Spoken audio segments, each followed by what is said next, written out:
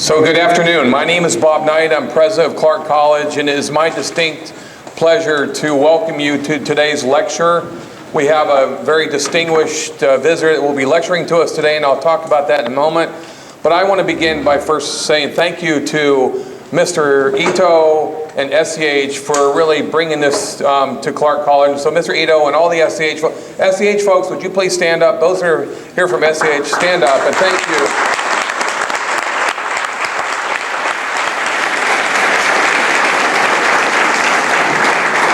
You know, SCH has been a very strong business partner with Clark College, and the friendship that we've got and the partnership we have with SCH is just something that you can't really measure and you can't say in a few words, but I really am very appreciative of that relationship, and we're providing them some employees. They're currently there and future employees, and so SCH and Mr. Ito, thank you very much. I do want to recognize some of our distinguished visitors here today. So we've got from the Board of Trustees, the board chair, Jack Berkman. Jack, thank you for being here. Also, Board of Trustee Royce Pollard. Royce, thank you for being here. From our City Council, City Councilwoman Ann McInerney Ogle. Ann, thank you for being here. Representing Senator Cantwell, Dina Horton. Dina, thank you for being here. And one of our educational partners, the Vice Chancellor at WSUV for instruction, that's Rennie Christopher. Rennie, thank you for being here. And I'd be remiss when not recognizing a good friend from across the river, General Counsel of Japan, who works the Oregon, Southwest Washington area. He's almost like a member of Clark College these days, General Counsel of Furusawa. And a good patriot and a good friend of mine that really supports Clark College, Harvey Fink. Harvey, thank you for being here today.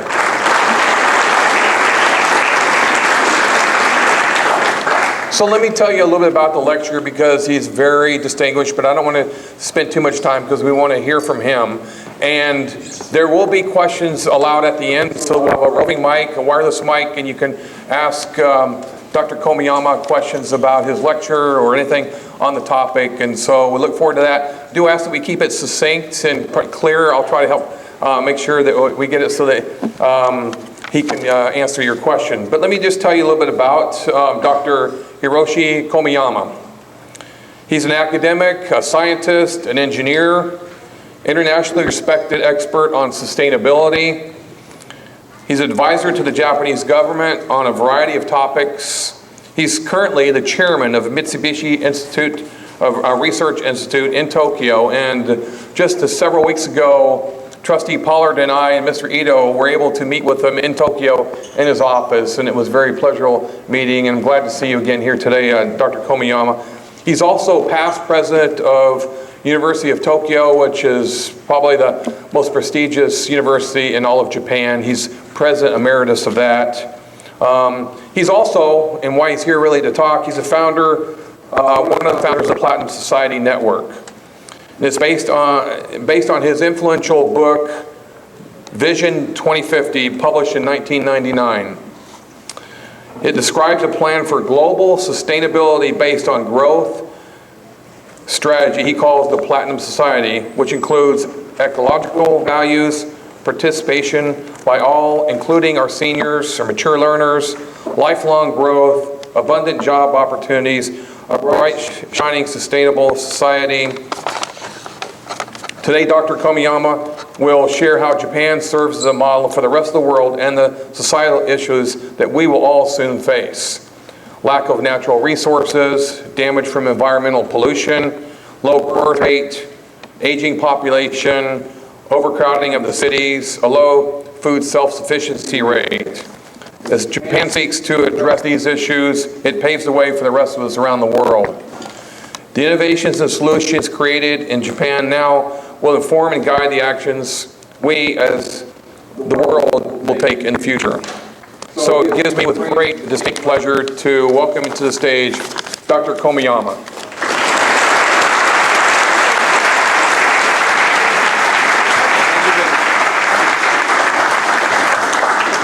Thank you very much, President. A very kind introduction of mine. Today, I would like to share with you my idea of the civilization of 21st century. My contents of my talk today is what is the 21st century. I believe we live now in a very great transition period of human civilization. That is the first issue. And I will a little bit talk about what is Japan in that context. And the Platinum Society, as he introduced, I think we need a vision of 21st century. And finally, I think the innovation is very important, and the frontier spirit of the United States is very important in this sense. That is my talk. This is the graph, which is very unfamiliar with you. It's a little difficult concept, but very important, I think. This is the per capita GDP of various countries, but divided by the world average per capita GDP at that time. So here, 3 or 4 developed countries, including United States and Japan, are located there. Means we earn 3 or 4 times the world average per capita GDP. So consider 1,000 years ago, most of the countries are almost the same GDP. This means all the industry or all the business was agriculture. People worked for eat. So one person eat almost same. And so GDP per capita of all the countries was same. This was such situation. But Industrial Revolution changed the situation dramatically. Consider now if 1,000 years ago, 999 people of 1,000 were farmers. But now, if 1 per 200 persons does agriculture, we can feed crops to all the people. So, in that sense, productivity in agriculture increased 200 times or 1,000 times. So, per capita GDP increased quite a bit, probably 1,000 times. That industrial revolution drove that increase of productivity. So,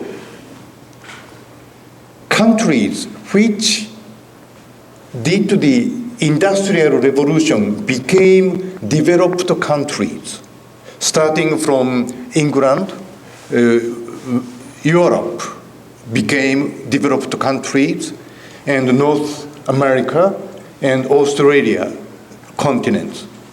What happened to the other continents? Asia, Africa, and South America. Most of them became colonies. So, industrial revolution made developed countries and colonies. That was the one aspect of our history. Then, look at the decades, the most recent decades.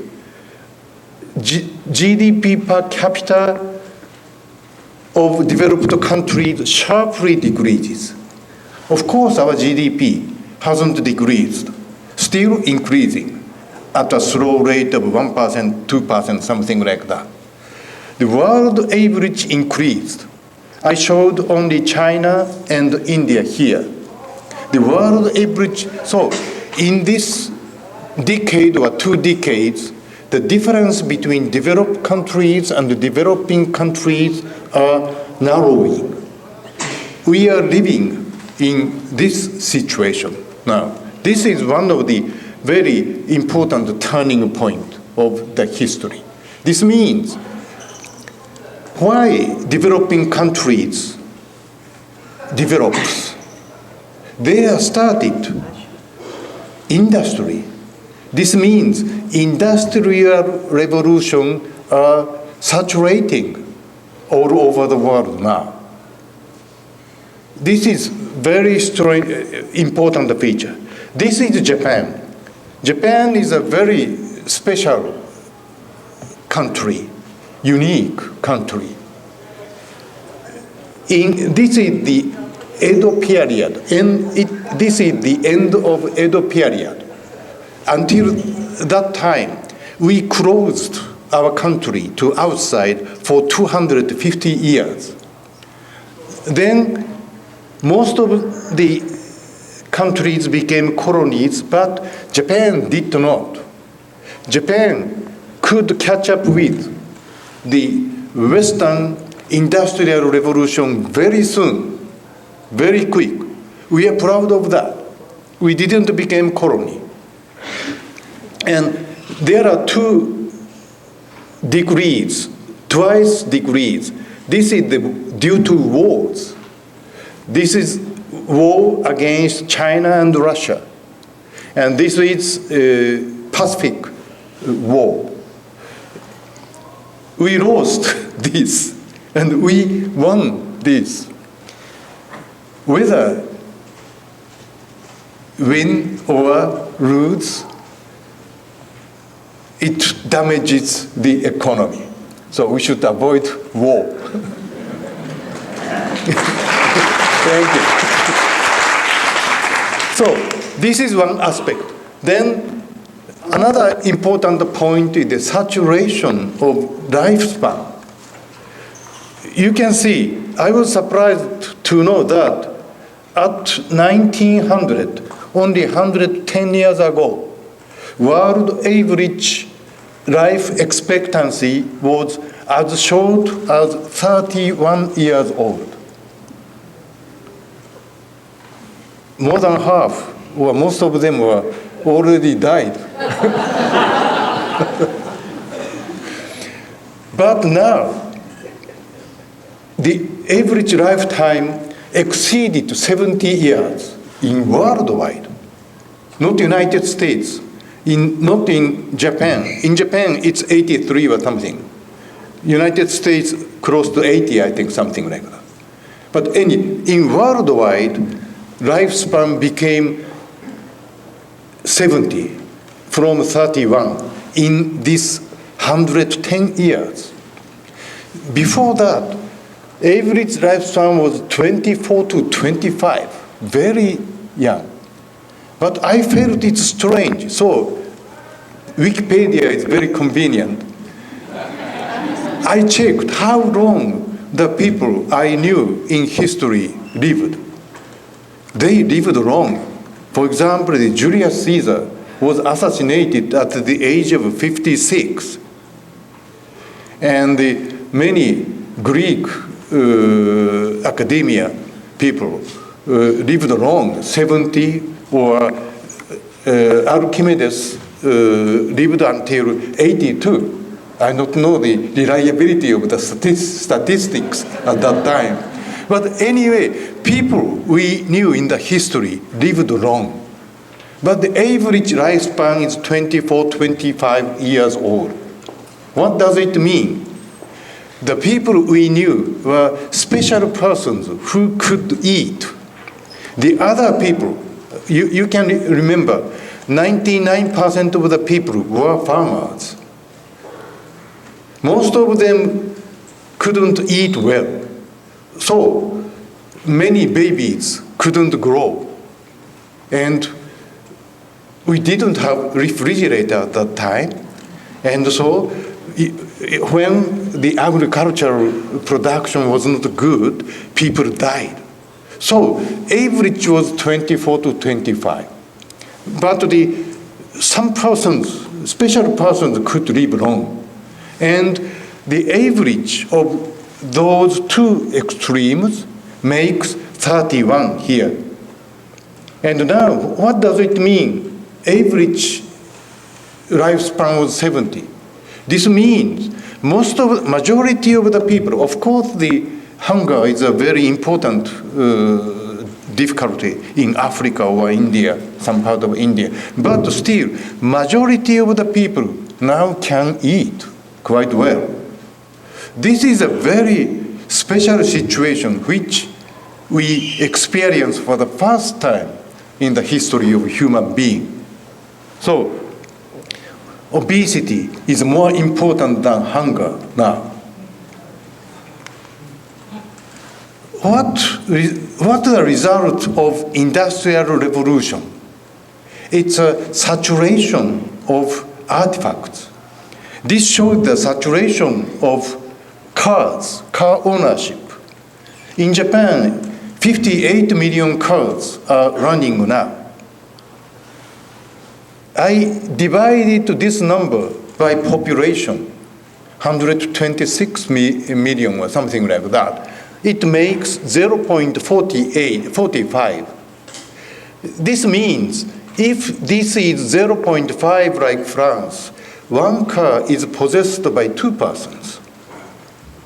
This is the saturation of cars. Number of cars doesn't increase. Same 10 years ago, and probably same 10 years from now. In Japan, 58 million. Then why Toyota can sell cars, new cars? It's because some portion is scrapped. How many cars are scrapped a year? Very simple. In Japan now, lifespan of a car is 12 years in average. So 58 divided by 12 makes 4.9 million. This is the sales of cars in Japan. It doesn't grow because the population doesn't grow. This thing, so economy doesn't grow by selling cars. This is the real background of the low growth rate of economy in developed countries. Because everyone have refrigerator if he or she wants. Same thing. So you wish to sell cars in developing countries. But that's economically reasonable. But growth of developing countries are very rapid than we expected.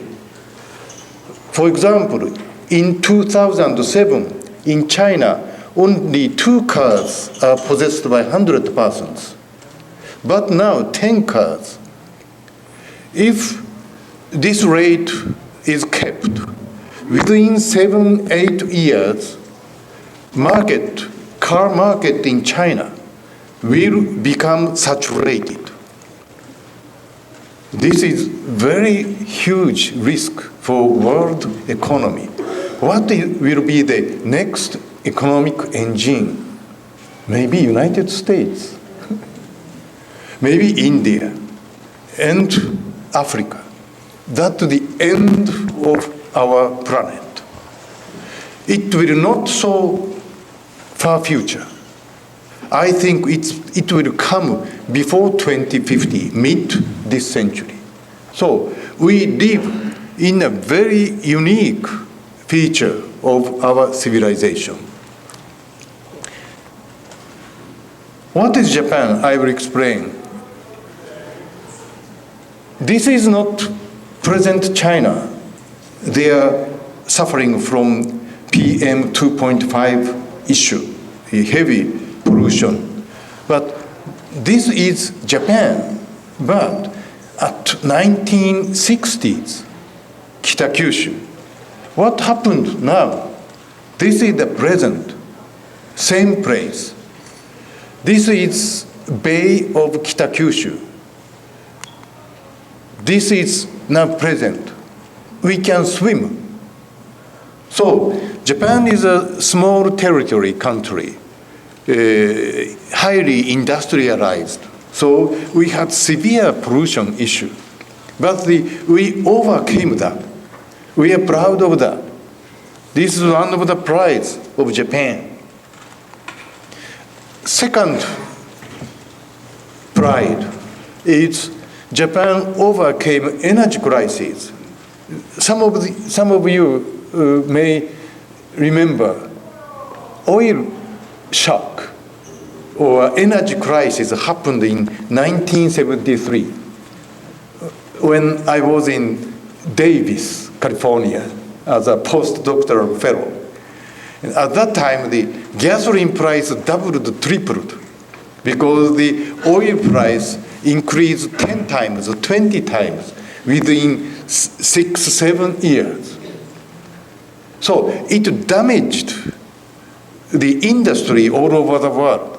But Japan was very vulnerable because we depended cheap oil imported from Middle East. So, but we overcame this difficulty by increasing energy efficiency in manufacturing industry. This is the case of cement production. Energy for production of 1 ton of cement, we decreased to half. So energy price became half, even doubled its same.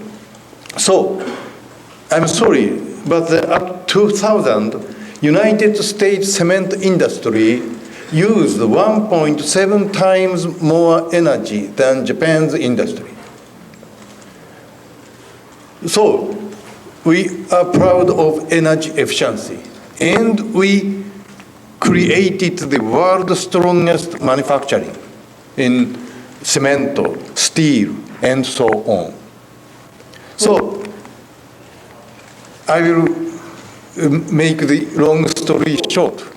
Japan needs this country like, before we close our country to outside in 1600, Japan was one of the peaks in the world. Tadao Umesao, he is a great anthropologist. He says there were 2 peaks of civilization in Eurasia continent, far west, including England, France, and Germany, and far east, it's Japan. Why? He says, in the middle, rather fierce troops invaded,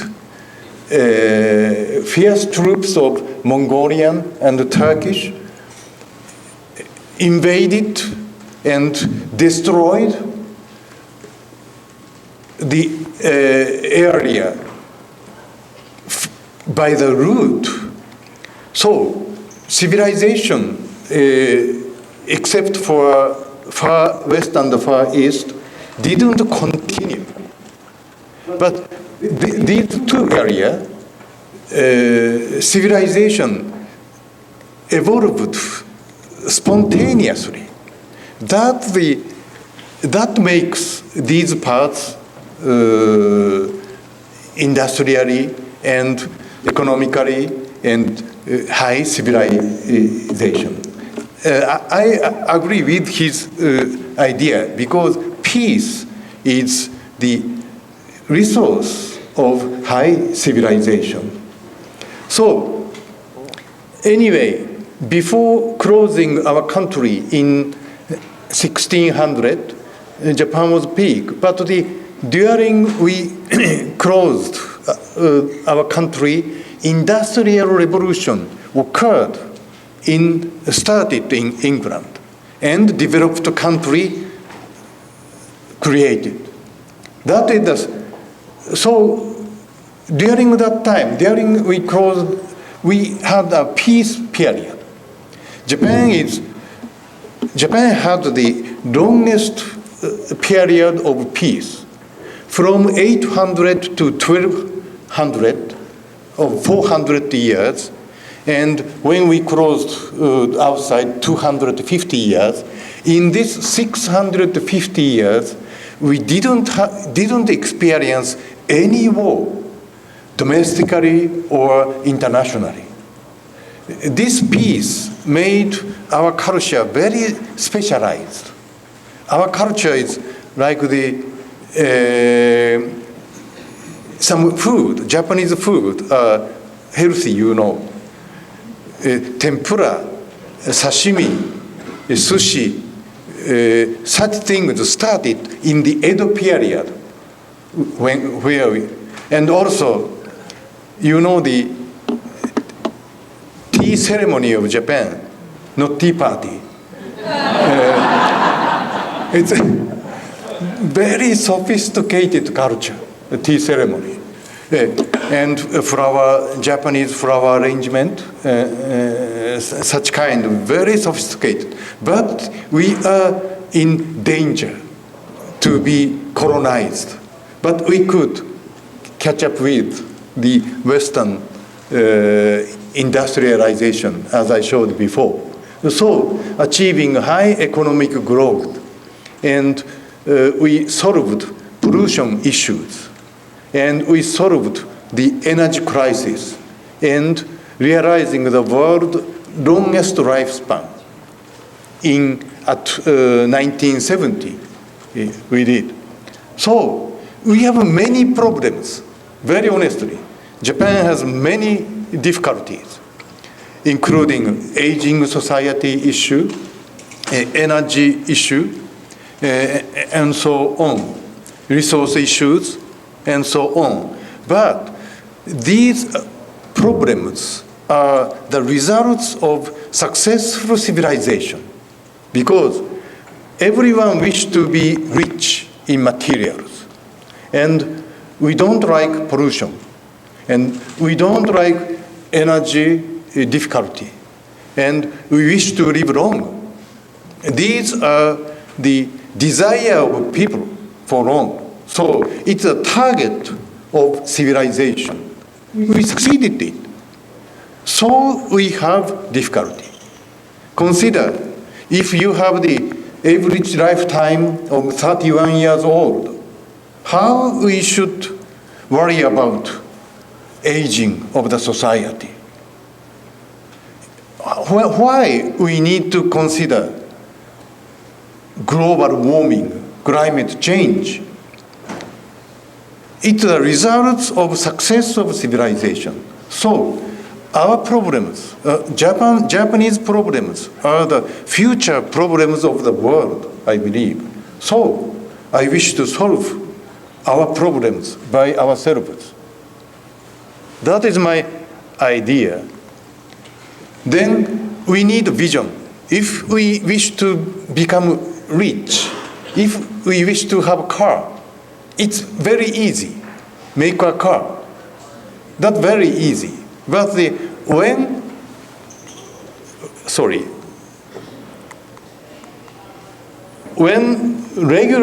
majority of regular citizens now in developed countries and soon in developing countries have enough food, clothing, shelter, mobility, information, and longevity, these were monopolized until 100 years ago by only 1% of the people. But now, most of the regular citizens own them. So, what will be the people wish to have next? This is the real question, I think. That is the source of new businesses or new industry. I think quality of life, better quality of life, is our next target. And then I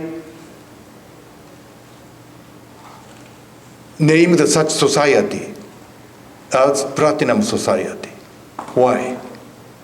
Gold shines, but its something like the GDP in 20th century. But in 21st century, shines with dignity, like platinum. I think it's a good word. Platinum society. That is the sense. Then what is the quality that we desire? This is the real question. We should consider seriously. And I now am leading the Platinum Society Network together with 130 mayors and governors and 80 business persons in Japan. We are discussing what we wish to have. I think one is ecology. We don't like the global environment change. Recently, huge typhoon attacks Japan much more frequently than before. This is due to ocean temperature increase only by 0.9 degrees. If 2 degrees increase will occur in 2050, then fierce typhoon will attack us. We don't like that. And resources, we need energy, metals, and agriculture, and so on. And I think the participation society like this is a target of next society, platinum society. That is good for senior people. We have many senior people already, and the percentage will increase until 45%. But if participation society works, senior can be active and happy, I think. And job opportunities. This is a very important feature. How can we keep jobs and richness? Of course, culture, art, sports, and diversity, as well as GDP. Of course, GDP is important, but the importance is one of them in the platinum society, I believe. So I will show some examples in a platinum society, a target. Now, ayu, which is a fish, can live only in clean water. This is Sumida River running downtown Tokyo, terribly polluted in 1967 when I graduated from university. Like this, smelled heavily, very dirty water, but now it is. Ayu comes back now. So this is very good feature.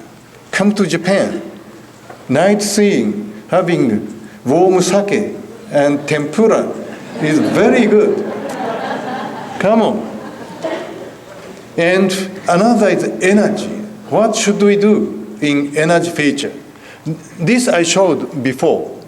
Energy efficiency in cement production increased twice.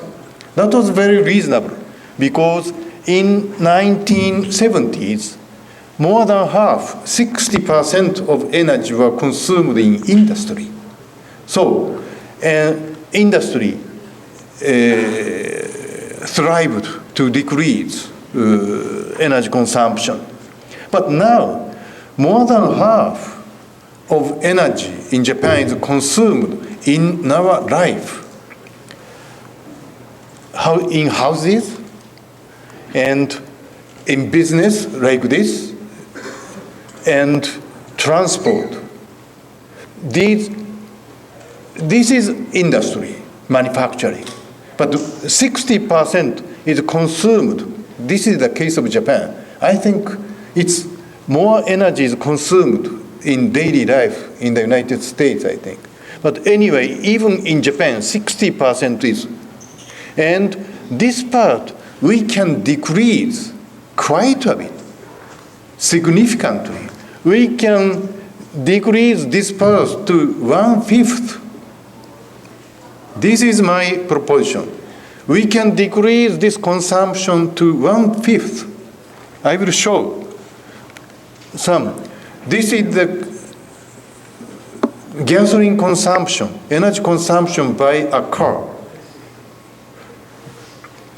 This is the right plot of energy consumption of a car. Have a reciprocal of fuel value. How many kilometers per liter of gasoline? And take the vehicle weight. Then if the technology is the same, it makes a straight line crossing the origin. Why? Because a car uses energy against friction. If friction is zero, we don't need energy, like skating. You can imagine skating. Then very small energy we need. So, and where the friction exists, the friction is between tires and the earth. This is the major source of friction. So, the friction is proportional to the weight of a car. So, this makes a straight line. These red circles are European and American cars. GM, Ford, Volkswagen. Blues are Japanese cars. Toyota, Honda, Nissan. I plotted all the data from catalog. 20% difference. This is the technology difference. Japanese car technology is 20% better with respect to energy consumption than other ones by Japan. Please. And this is hybrid cars. I am driving hybrid. Then it will become half. And then in 2050, probably all the cars will be occupied by electric and fuel cell cars, probably. Then energy consumption will become 1/4 in 2050. And car will become lighter and lighter because of very light and strong materials are researched. Then the car will become half. Then 2 multiplied by 4 makes 8. Cars in 2050 will consume 1/8 energy. How many cars will run at 2050? Assume all the people enjoy car life. Then one car is possessed by 2 persons. Then 4 times the car will run at 2050 compared to now. Even though, okay, because one car consumes 1/8, then gasoline consumption, I don't know it's gasoline or electricity. Anyway, it will become half. This is the hope due to technology. Bicycle is better, of course.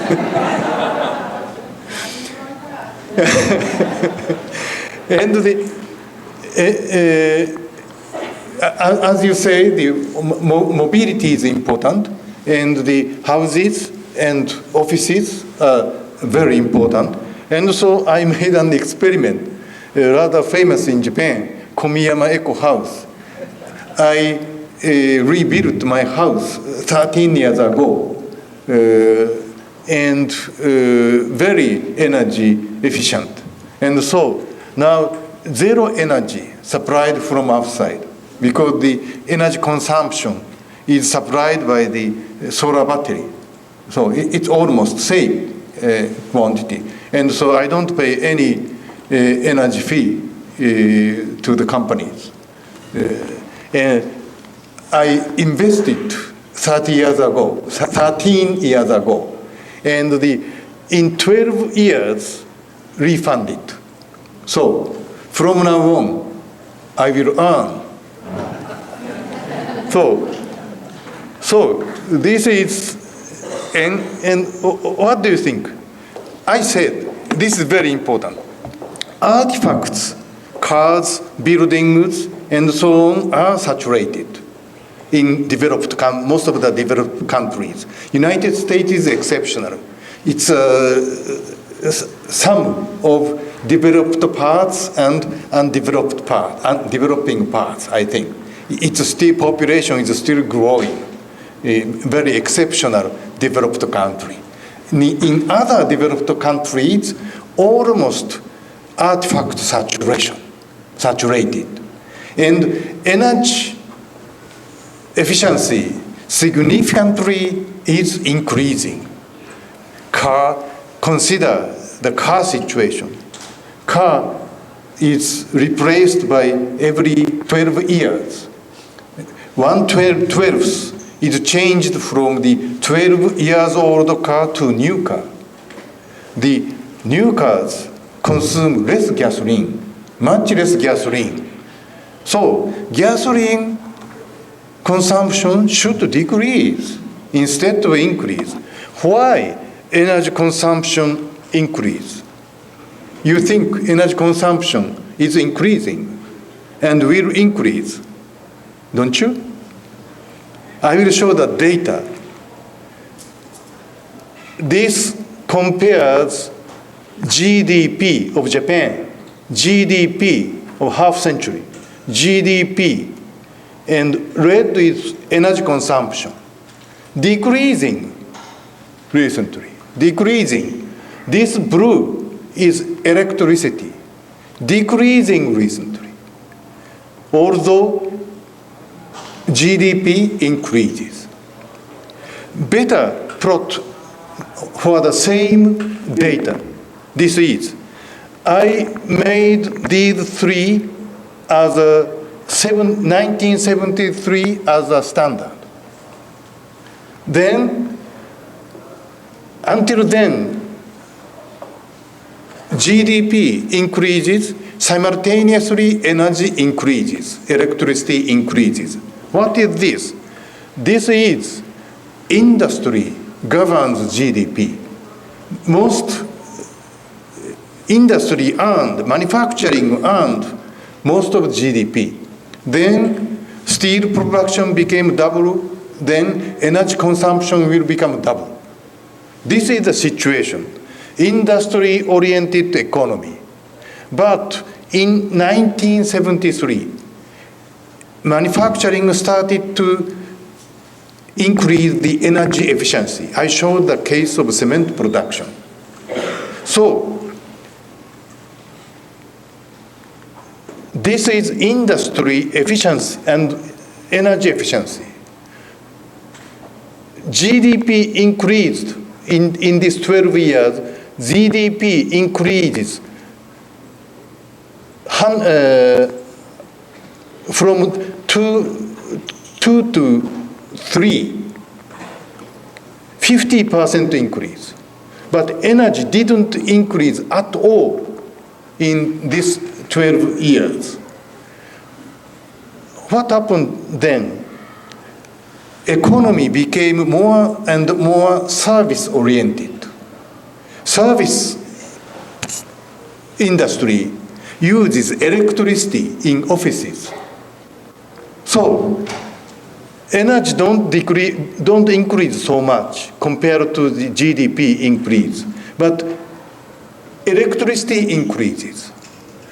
And very recently, in this decade, saturation really is occurring. Saturation of artifacts, saturation of cars, saturation of buildings are occurring. So energy efficiency increase decreased the energy consumption. This is hope of the civilization, hope of the earth to conquer global warming or energy issue, energy resource issue, I think. So this is the case of United States, very similar. Even in United States, energy consumption decreases in spite of the increase of GDP. And electricity decreases, same, similar. This is China. China is about 50 years earlier than Japan, I think. Even though GDP increases simultaneously with energy, it will start, China will start to improve energy efficiency, I hope. And it's very reasonable economically. Then energy consumption will decrease in China.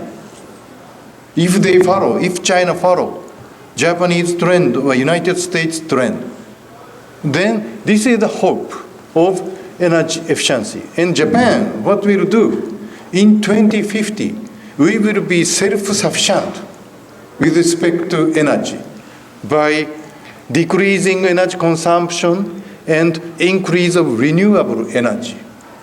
We have abundance of renewable energy in Japan. And I will not go into detail, but the price of renewable energy is much cheaper than you think already. It's almost competing. Recently, in the free market, windmill overcomes nuclear or coal, even in India. Now, in India, coal burning electricity generation and windmill generation are almost the same cost. Which do you prefer? No question. So, this is the hope. And other is metals. As you know, now iron ore price is decreasing. Why? Chinese saturation. You may be surprised if you know that in the United States, 16 tons per capita of cement has been deposited in your land. In China, 18 tons per capita of cement has already been deposited in that territory. This means population is 5 times about. Then more than 5 times roads, buildings, airports are already existing in China. More than enough, I think. That is saturation, maybe oversaturation. So, iron ore price decreases. But what can we do under the condition of saturation of artifacts? We need to make 5 million cars from 5 million scraps. And we need to build buildings from the scrapped buildings. This we call urban mines. In developed countries where saturation has already occurred, we have sufficient and necessary amount of metals in urban mines. That is the hope. Furthermore, okay, I don't have sufficient time, so I will skip. Anyway, urban mines is better than natural mines. Human will become free from excavation. This is a very good situation for Japan. We don't have any natural mines, but we have sufficient urban mines. We will recycle metals. It has already started. I propose the Olympiad stadium should be created by the scrapped steels and scrapped glasses and scrapped aluminum. Probably we can do. Yes. Thank you. So, Japanese model with respect to energy and material and basic resources, energy, mineral, food, wood, water, we will be self-sufficient in 2050. That is my proposal to the government and the people of Japan. How much time do I have? 5 minutes more. Okay. I will go. Aging is a very severe issue in Japan, but we wish to make these opportunities. This is how senior loses independence. 70% of the people starts to decline at the age of late 70s and die about 90s. And 11% are happy persons. Yeah, you are. And so 80%, the important point is these persons don't need long care. These persons, close to 20%, early decline. Something happens in brain or starts to decline at early 60s. They need long care. So, how should we do? Very clear. Avoid this. Avoid this. Avoid means preemptive or medicine or something like that. And how to help them independent. Around this concept, there are huge opportunity of new businesses, I think. For example, I will make the long story short. When we consider or speak or watch the neuron ignite and makes electric current and flow through nerve in the back, this electric circuit makes me possible like this. So if we detect this current, we can make motor rotate. Then I can do that. This robot, some startup are doing, called Haro, is rather famous, can be used for that thing. If he wants to walk, but he cannot due to some rehabilitation period, then this gives power to him or her. So this detects the current, leak current from the skin and make the motor drive. And this means very important notion that human can be independent only if brains are alive. This means we can go to toilet without help. I think this is very important. A business for dignity of human, I believe. So This has huge potential. And another is big data, ICT area. Old medicine or present medicine is based on this structure. Cause is some cholera bacteria, and disease is cholera, and the treatment is how to kill the cholera bacteria. This is the basic structure of present medicine. But recently, different kinds of disease we are suffering from. For example, atopy or back pain. 20% of Japanese people are suffering from some back pain. But the cause of back pain is very diverse. So even good doctors cannot cure this, or atopy, allergy, or depression.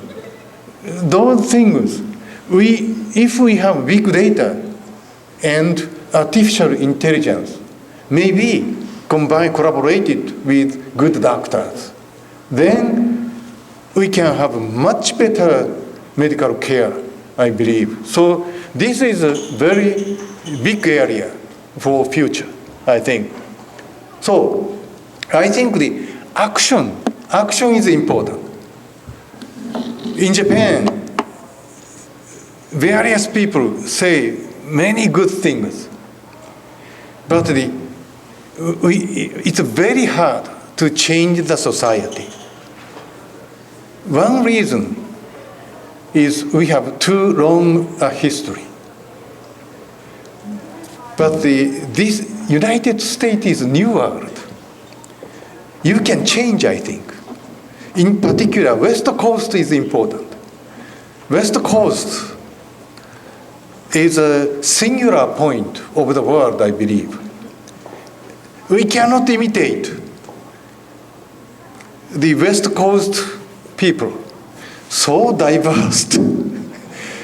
This never happens in Japan or Asian countries, in most of the European countries also.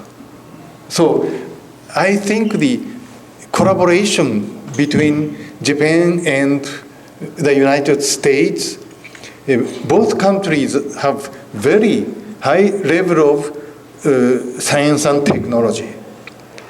Consider in 21st century, the most recent Nobel laureate, Professor Kamata, is the 16th Nobel laureate in Japan. This is second biggest number. Of course, top is the United States, close to 100. But close to 100, 16, next is England, 13 or 12. And next Germany, 8 or 9. Next Swiss, 6 or something. So Japan's science and technology is very good. And United States is, of course, good. Combine these technologies and combine problems of Japan, including aging issue, and frontier spirit of the West Coast. I think it makes the society change. That's the reason why I am here. Thank you very much.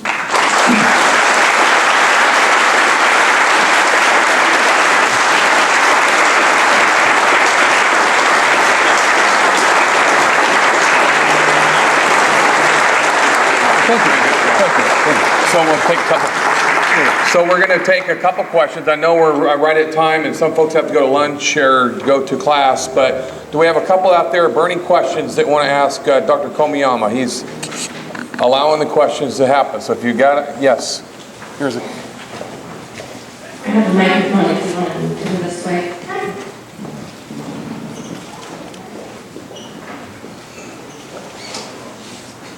Has Japanese improvements been due largely to government action, or is it private industry and individual action? Individual. Yeah, I'm proposing this idea to government, and some were adopted. For example, the Olympiad stadium produced by scraps may be adopted, but not the whole idea. Many people join me, but not the governmental decision yet. I hope in the future.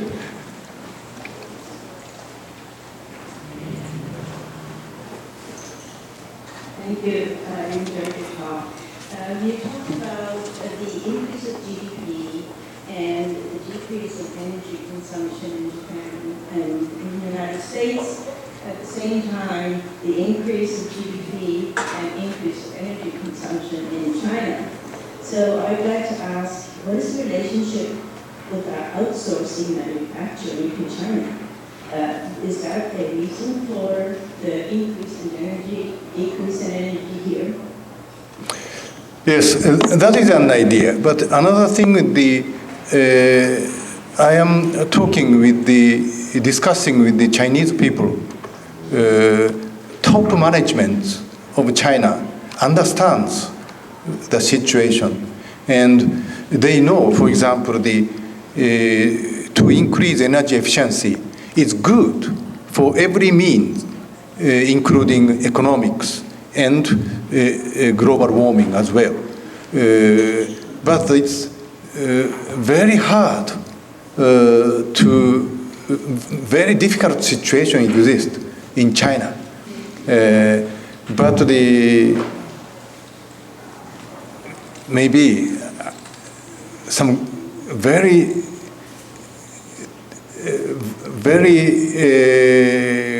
trained way of pressure and giving technology or outsourcing, as you say. We need various means because it's a too huge a country. I think the situation is very complex in China. The issue is, the most important thing is speed, I think. If we can wait for 3 decades, China will do it. But we need be in hurry. So we should do many things. I hope Paris COP21 will be successful. Thank you for the question. So, one more question? 30 years ago, I, like a builder, formed a corporation to build energy, food, and fuel-producing houses. We look very much like your model. A major component of which is manufactured here in Laureate, Washington. A structural insulated panel. And most of them are exported to Japan. In the 35 years since we tried to do this, I've learned a few lessons.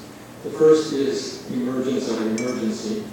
Nothing's going to happen until it's necessary. And 2 other lessons from life, I guess. The biggest lesson is from being a Quaker. Nobody at the full house asks for a new deal. And you can't push the river by itself, it flows by itself. But everything you present today is now happening and has to happen. I'm a little tired. I just got in from Japan at 1 o'clock this morning, and I witnessed everything you've shown. It's something to remember. There's an electric car in Japan, it's wood-fired, and your Tesla in America is primarily coal-fired. Sorry, I can't fully...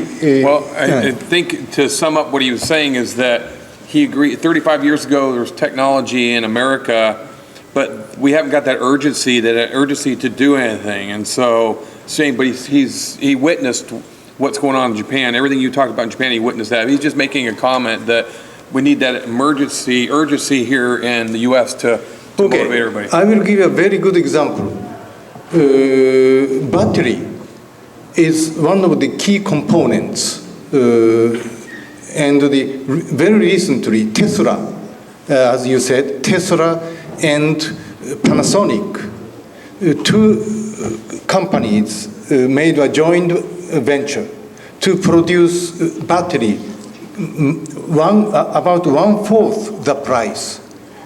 Very cheap one. That was successful because Tesla's frontier spirit and Panasonic technology. This combination made it possible. And so, as I said in the last remarks, I think the United States and Japan collaboration will make the speed much higher. Thank you very much. So, thank you. Thank you.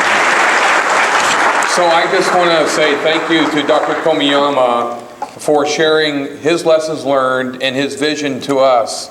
And I really think that your message, when you talk about the Platinum Society, you shine today, and you certainly did it with dignity. And so I appreciate that your presentation was well done, and I think you've stimulated a lot of thought, and hopefully motivated the West Coast here to move forward and take on some of your vision.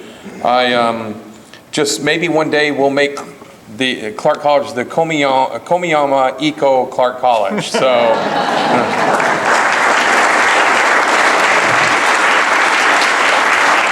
So penguins are our mascot at Clark, and we love penguins. So as a token of our appreciation for the talk that you gave, and you can put this on your desk and always be reminded of Clark College, I've got you a glass penguin take back. It's a little heavy, but I think you can get it back. So thank you very much. Very cute. Very cute. Heavy. Thank you. I also have one other one. It's a little lighter. And this is a Clark College pin, like I'm wearing today, that you can wear proudly. It's not quite as heavy, and you don't have to carry it. You can carry that a little easier. Thanks again, Dr. Komiyama. And thank you, everybody, for attending. Appreciate it. Have a nice day.